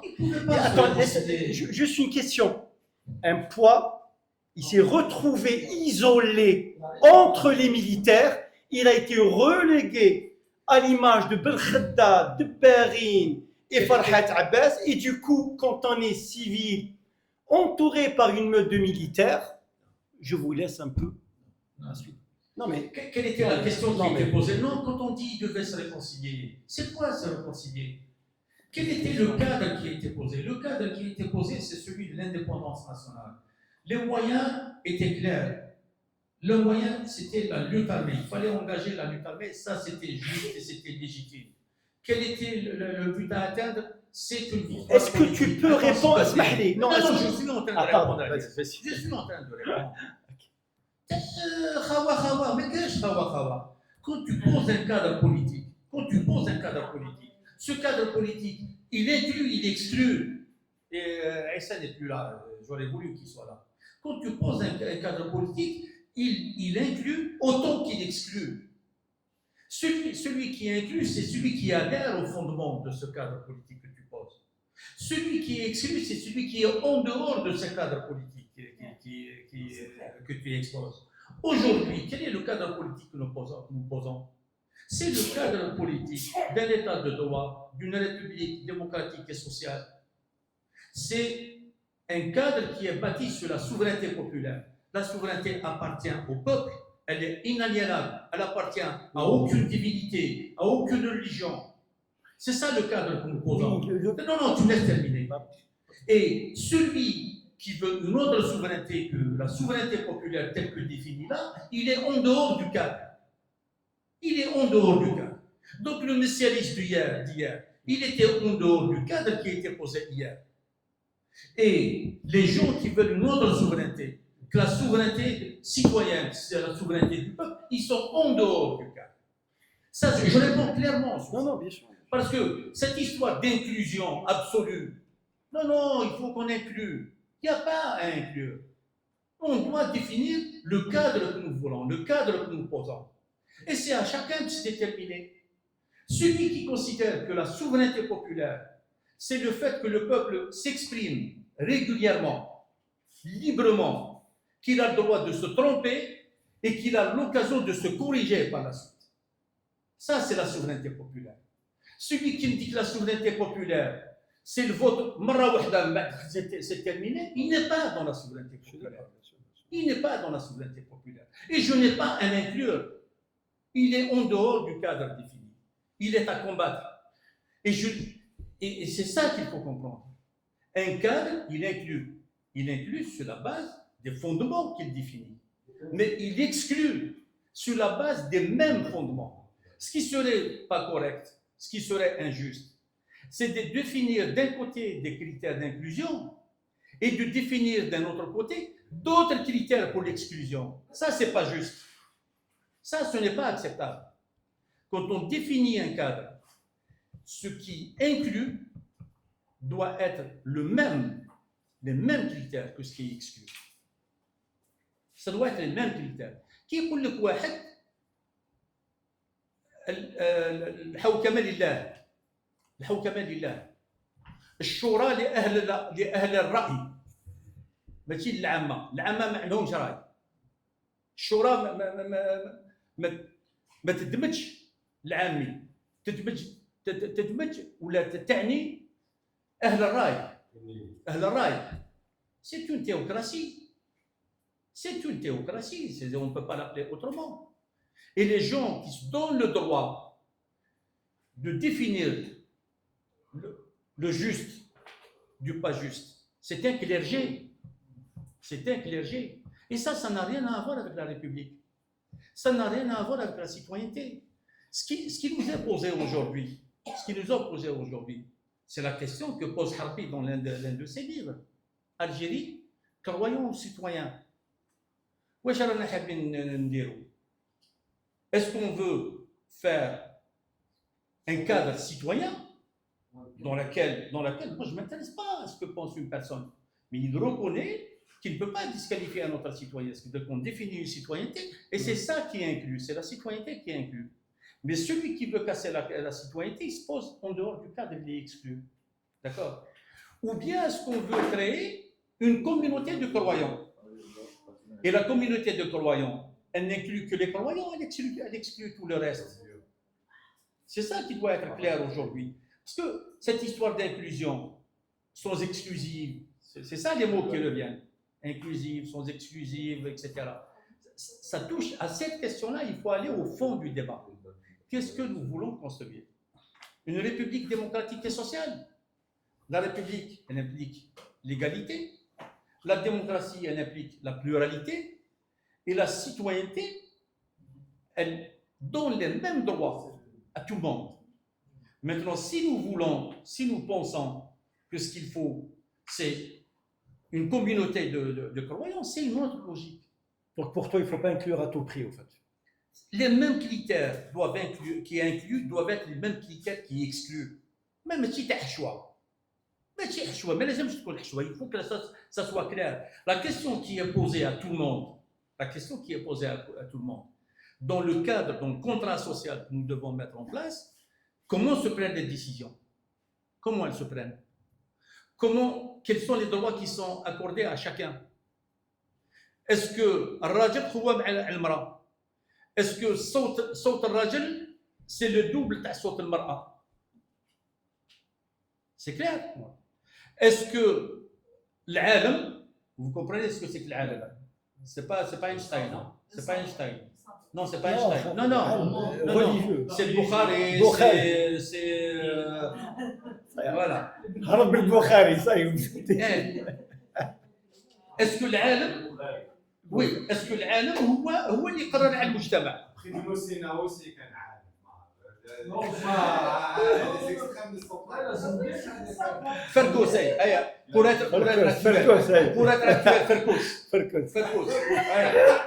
Est-ce que oui est-ce que Fergus قوة مع المجتمع؟ est-ce que Fergus قوة مع المجتمع ولا Fergus مواطن بحالي أنا؟ Hein? Justement, alors, comment s'en inspirer maintenant pour le futur de cette Algérie qui est complètement... D'abord, comment s'en inspirer d'un petit... sur quoi on devrait... Pardon? La question que tu as posée au premier Laquelle? par rapport à l'isolement de la Panama. Oui. Et au fait, justement, moi j'ai... c'est un processus qui veut dire que Justement, moi je voulais... Moi, je pense qu'il a été trahi. Non, c'est des moments politiques, non. C'est des moments politiques. Abel Ramadan n'est pas un prophète. D'accord? Abel Ramadan et l'Arabie du Midi n'étaient pas des prophètes.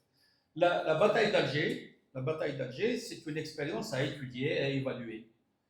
Qu'est-ce que tu en penses, toi? Qu'est-ce qu'il a apporté?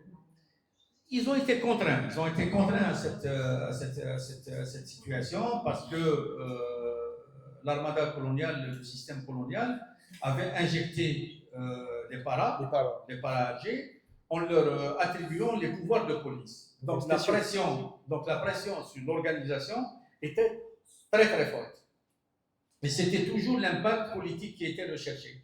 Donc cette grève, c'était d'abord pour montrer qu'il y avait une adhésion populaire, que l'UFLN avait de l'autorité sur les populations algériennes, et c'était une tentative pour déjouer justement cette escalade policière en attribuant les pouvoirs de police aux paras.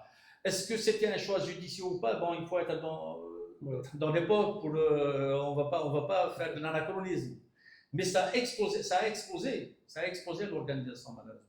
Ça a exposé l'organisation et le coup a été très très fort. Et le CEE a été contraint à quitter Alger. Il a été contraint à quitter Alger. Ce qui a affaibli la position. D'abord, l'Arabie Ben Mehdi a été assassiné, ce qui est quand même une perte majeure. Hein? Non, l'Arabie Ben Mehdi a été assassiné. Les autres membres du CCE, comité d'exécution et de coordination, ils ont été obligés de quitter Alger, ce qui posait problème, parce que l'un des principes qui était posé à la Soumam, c'est que la direction devait être à l'intérieur du pays.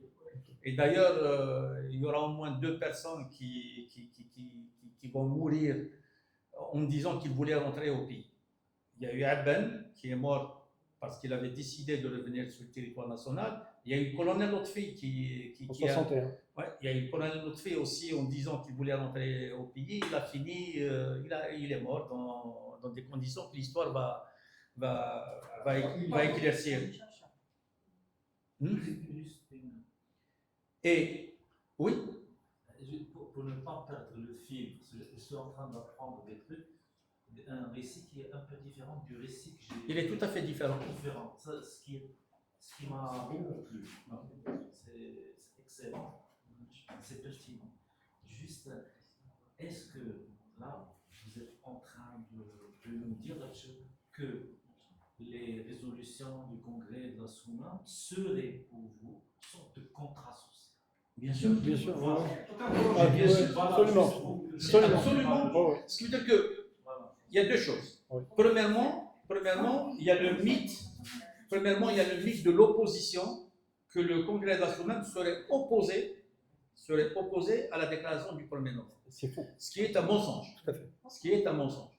Parce que, mis à part la clarification sur le caractère théocratique du projet de la guerre de libération nationale, parce qu'il y a un anachronisme dans la compréhension de cette phrase dans la proclamation du 1er novembre, c'est la restauration de l'État de l'État national Les principes comme république sociale et démocratique dans le cadre des principes islamiques. Alors, il faudrait savoir comment cette phrase a été introduite. Ce serait le travail de... Tu parles de la proclamation. chercheur, dans la proclamation, mais dans la même phrase, on dit qu'il doit y avoir la reconnaissance des libertés, des droits et libertés sans distinction de race, etc. Sans distinction de race, de confession, etc.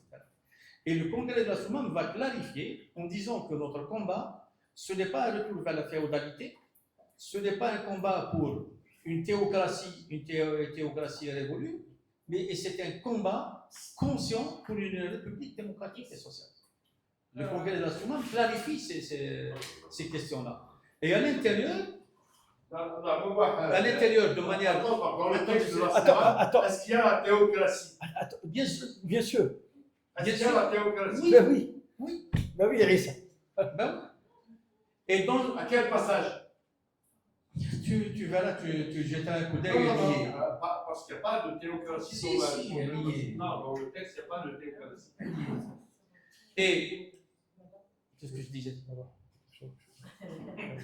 Par contre, chef, on va poser une question sur les secondes à Ben Arbal par des politiciens.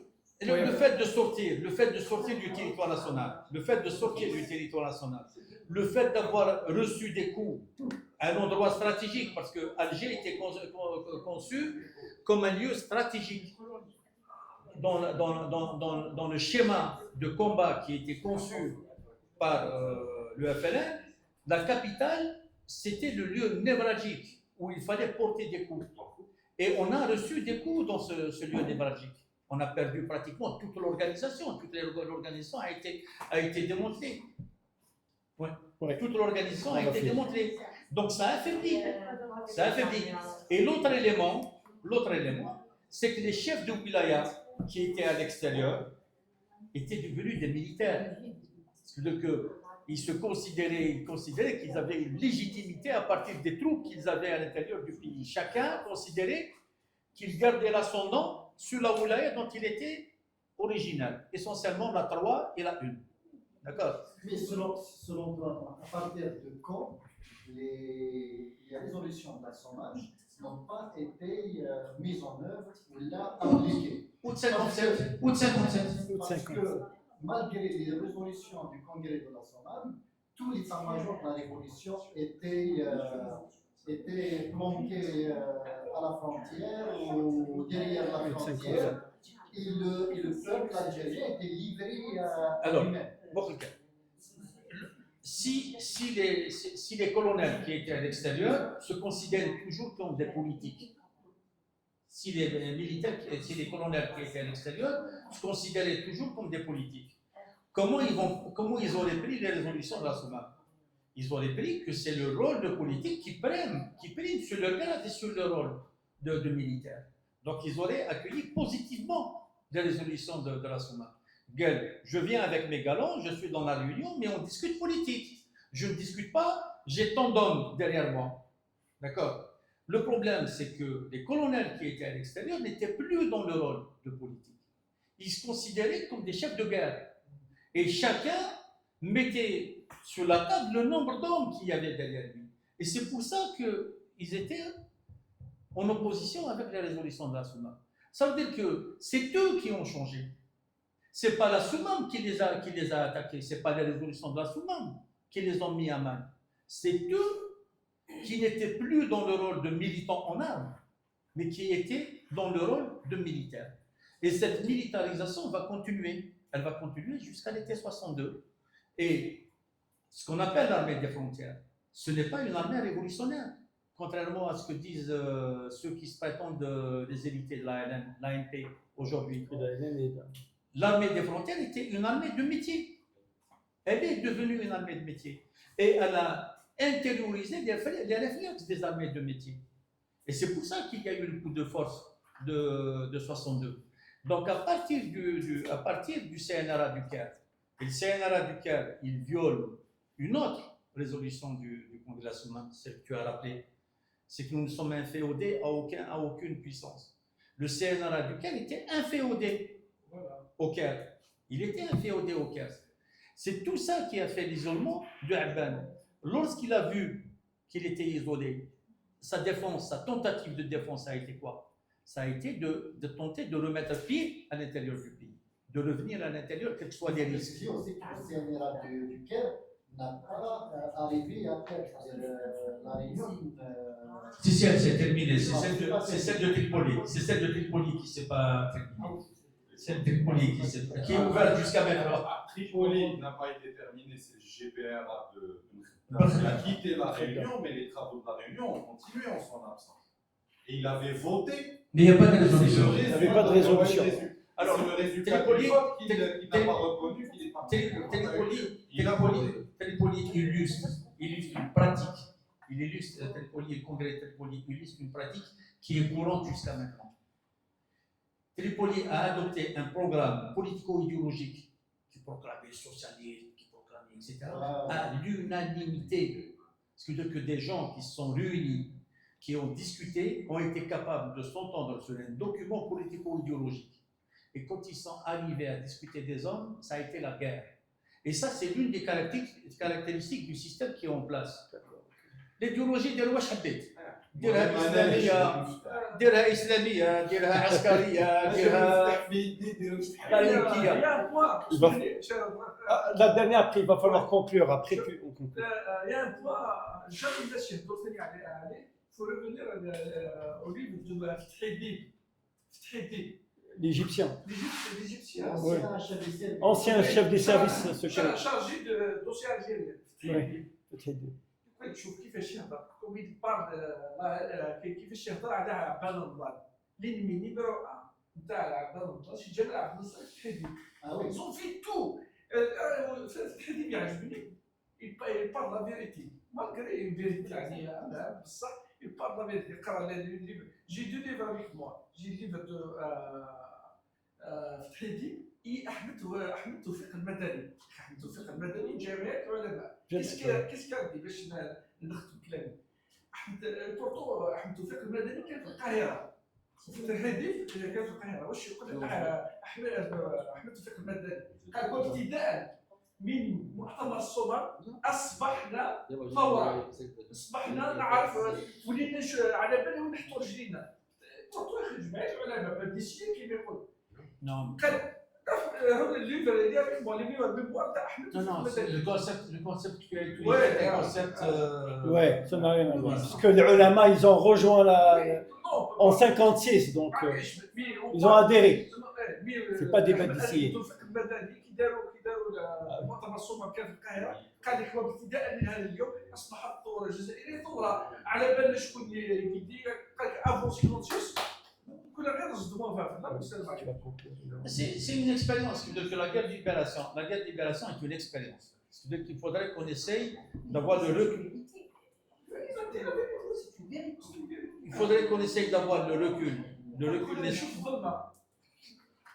Il faudrait qu'on puisse examiner les choses avec le recul nécessaire. C'est-à-dire que c'est une expérience humaine. C'est des hommes qui se sont levés contre l'arbitraire, contre l'injustice, qui se sont engagés pour s'émanciper, pour se libérer. Ils ont vu juste un certain nombre de choses. Ils se sont trompés sur d'autres choses. Ils ont commis des fautes.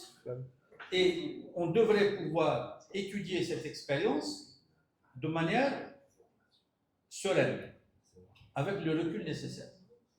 Or, le récit, comme disait le camarade, le récit dominant était un récit romantique, passionnel, et qui ne correspond pas vraiment à la réalité et qui ne veut pas interroger la réalité. Hein? C'est une odyssée. Et surtout, il ne veut pas qu'on étudie cette expérience-là pour en tirer des leçons, pour voir ce qu'on peut apprendre comme leçon.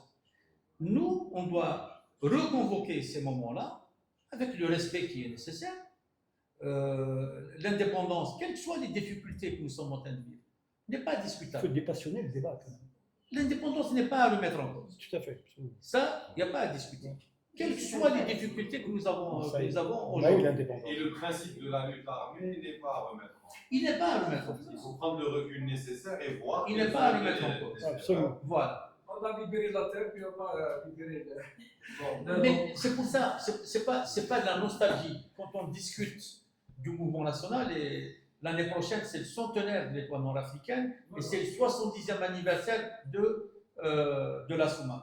Je pense que pour toutes les formations démocratiques, et on devrait le faire de manière unitaire, c'est une année importante pour le débat, pour la réflexion, pour l'organisation.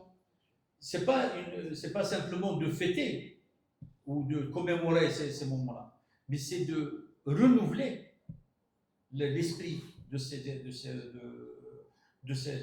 moments-là. C'est une responsabilité que nous partageons en tant que militants et qu'on devrait essayer d'assumer tous ensemble. Justement, on va finir. Tu vas nous, pour conclure, je souhaite que tu nous dises un petit mot sur la déclaration unitaire des démocrates. Donc tu es quand même. Non, la déclaration, c'est justement un document qui essaye à la fois de revisiter l'esprit de la Soumane, tout en le liant aux enjeux actuels. Le document ambitionne d'avoir à la fois une fermeté sur les principes et de constituer un cadre ouvert pour rassembler le mouvement démocratique dans sa diversité. Ce n'est pas de gommer. Et ça, c'est une différence. C'est une différence avec la Soumane. Que la Soumane, c'était l'adhésion individuelle et c'était l'unification des rangs dans un seul cadre. Dans l'appel que nous venons de signer, au contraire, les différences ne sont pas gommées. Au contraire, on essaye de faire de sorte qu'elles puissent s'exprimer, qu'elles puissent être assumées, mais dans un cadre unitaire. Ça veut dire que ce n'est pas parce que nous ne pensons pas de la même manière sur tel ou tel aspect, que nous n'avons pas la même compréhension de telle ou telle chose, que nous sommes différents, que nous ne devons pas être ensemble. Il faudrait qu'on arrive à être ensemble en gardant nos visions particulières, mais dans un cadre qui est un cadre unificateur.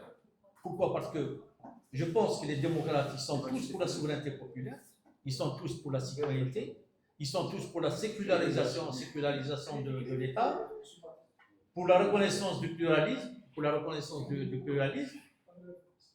Ça, oui.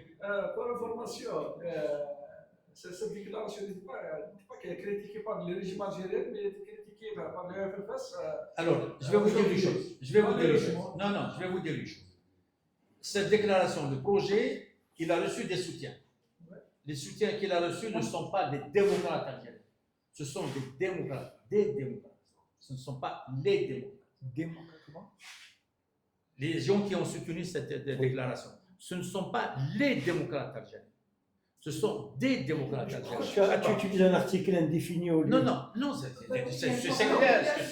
La nuance. La nuance. Non, pourquoi nuancer? C'est ça la question. Parce que c'est la réalité. Si c'était la déclaration, C'est pas global.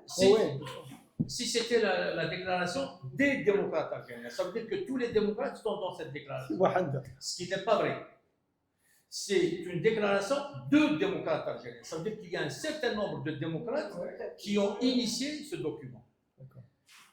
Dans les discussions qu'il y a eu jusqu'à présent, il y a eu des accords, c'est les gens qui ont signé.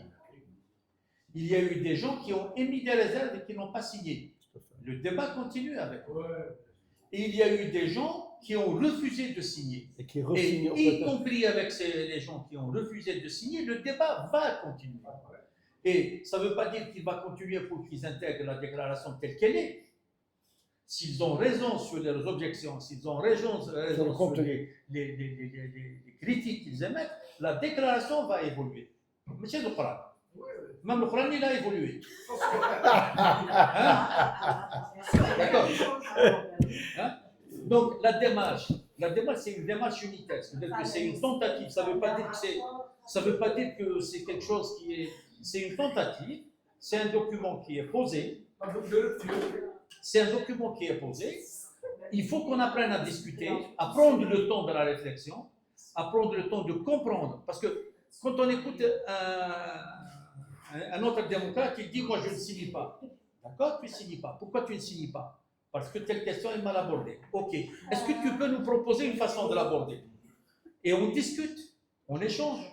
D'accord? Donc c'est un processus, parce qu'il faut que ça soit bien compris. Si on dit que c'est un document qui est fermé, comme la plateforme Loxa, il n'y a plus rien à discuter. Ah oui. Ça veut dire qu'il y a des gens qui ont signé, les autres on s'en fout. Non, ce n'est pas un document qui est scellé, ce n'est pas un document qui est fermé, c'est une ébauche. C'est une ébauche. Les gens qui la critiquent aujourd'hui, c'est leur droit. Les gens qui ont refusé de signer, c'est leur droit.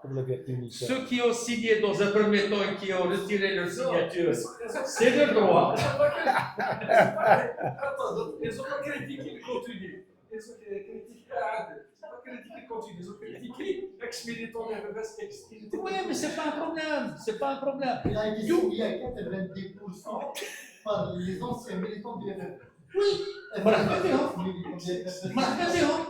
Ça leur a fait mal. Et Youssef, je pense qu'il va. Non, j'ai Rachid Chabati qui a critiqué Youssef là-bas. Oui, mais ça ne pose pas de problème. Ça ne pose pas de problème.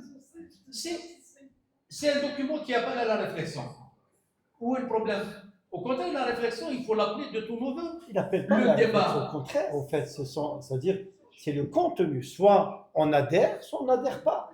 Soit, si on n'adhère pas maintenant, on émet des réserves. Si elles sont levées, on adhère. Je viens de dire quelque chose à Guess. Tu as écouté ou pas? J'ai dit que le document il est négociable, il n'est pas cédé. Et s'il y a des améliorations, à apporter, elles seront apportées. Elles seront apportées. C'est pas sorcier. La différence avec la Souma, c'est qu'on appelle à ce que chacun s'exprime avec sa propre sensibilité, avec ses propres approches, tout en restant dans un cadre démocratique bien défini. Ça veut dire qu'à l'avenir, rappelle-moi ton prénom s'il te plaît. Nadir. Ça veut dire qu'à l'avenir, dans le cadre de cette déclaration, on peut se retrouver avec plusieurs plateformes. C'est des plateformes qui vont exprimer des sensibilités, mais qui vont s'inscrire dans le même cadre. Et ça, c'est différent de la Souma. Mais c'est ancré dans l'esprit de la Souma. C'est-à-dire plusieurs plateformes insérées dans un seul cadre, dans un cadre unique. Bien sûr. Il y a d'autres qui a Il faut suivre. Il y a Non, d'autres. pourquoi faut suivre? C'est pas sorcier. Il y a d'autres qui a critiqué. Il faut conclure. Oui. Vas-y, Nadir. Ils sont tous des cabines, ils Non, ils ne sont pas tous des cabines. Non, c'est Farhat qui a critiqué. Oui, mais ils ne sont pas tous des cabines. Les gens quand lire les signatures, c'est très large. Peut-être la majorité. Non, mais ce n'est pas un problème. C'est pas un problème, ça. C'est pas un problème. Les signatures, elles ont été collectées. Même s'il y a 99% Kabylie, 1% Chaoui, c'est bon. C'est pas un problème. Les signatures, elles ont été collectées comment? Par un travail militant. Ouais. Un travail militant comme l'ancienne méthode. Ça veut dire que c'est par des contacts individuels, des discussions. Ça fait plus de 100 mois, oui. C'est Mais limité. après, attendez, c'est un point très important. C'est-à-dire que nos contacts militants n'ont pas pu dépasser la frontière kabyle. Non, mais c'est pas un problème. Justement, c'est ce qui a attiré mon attention en lisant les. Non, mais la plus liste que des ça, même signataires. la rédaction, elle aurait pu être en amont, participative, quand on sollicite des ONG, des organisations, des personnalités. Il est en forme, ça y est. Parce que c'est un projet qui engage, qui est engageant. Et quand on s'engage sur quelque chose, il faut que je participe à la rédaction. Parce que c'est un texte ambitieux aussi, il faut le dire. Ben, le débat continue sur ce texte. Non, le débat s'arrête là, justement. Non, le débat ne s'arrête pas Non, là. non. En tous les cas, je pense que l'initiative est innovante. Je pense qu'il faut reconnaître ça. La démarche est innovante. Il ne faut pas dire non, le texte n'est pas fermé, n'est pas scellé, c'est un débat. Mais pourquoi un travail شوف عدل Mais pourquoi non, par exemple, moi j'ai pensé. Attends, les filles. Moi j'ai pensé par exemple. On écoute Adel. Les chômeurs du Sud, pourquoi les initiateurs de cette déclaration n'ont pas pris attache par exemple avec les militants du Sud.